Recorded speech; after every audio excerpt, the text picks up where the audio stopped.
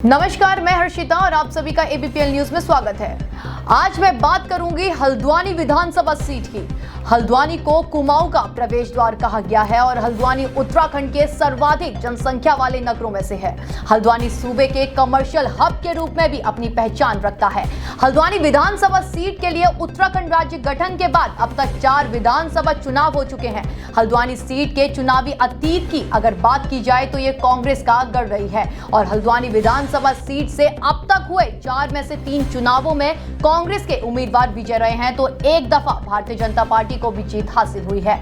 2002 में कांग्रेस से इंदिरा हृदयेश ने भाजपा के बंशीधर भगत को हराया। फिर 2007 में भाजपा से बंशीधर भगत ने कांग्रेस की इंदिरा हृदयेश को हराया तो 2012 में कांग्रेस से इंदिरा हृदयेश ने भाजपा के रेणु अधिकारी को हराया तो फिर 2017 में कांग्रेस से इंदिरा हृदयेश ने भारतीय जनता पार्टी के जोगेंद्र पाल सिंह रौतेला को भारी मतों से मात दी।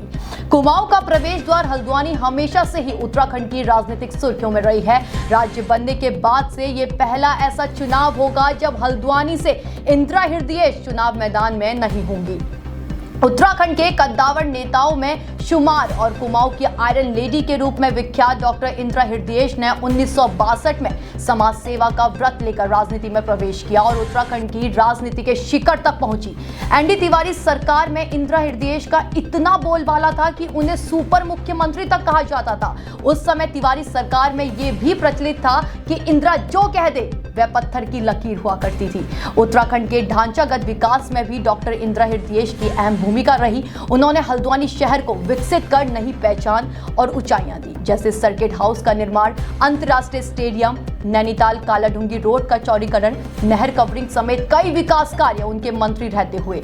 उनकी विकास परक सोच के विपक्ष के लोग भी कायल रहे हैं। नेता प्रतिपक्ष डॉक्टर इंदिरा हृदयेश विकास कार्यों के लिए जानी जाती थी, लेकिन 13 जून 2021 को इंदिरा हृदयेश के निधन के बाद प्रदेश की सियासत में उनके उत्तराधिकारी की चर्चा जोरों पर थी। चर्चा इस बात को लेकर थी कि आखिर इंदिरा के निधन के बाद हल्द्वानी से कांग्रेस किसे उनके उत्तराधिकारी के रूप में टिकट देगी और आखिरकार कांग्रेस ने इस चर्चा पर विराम के साथ ही सवाल का भी जवाब दे दिया।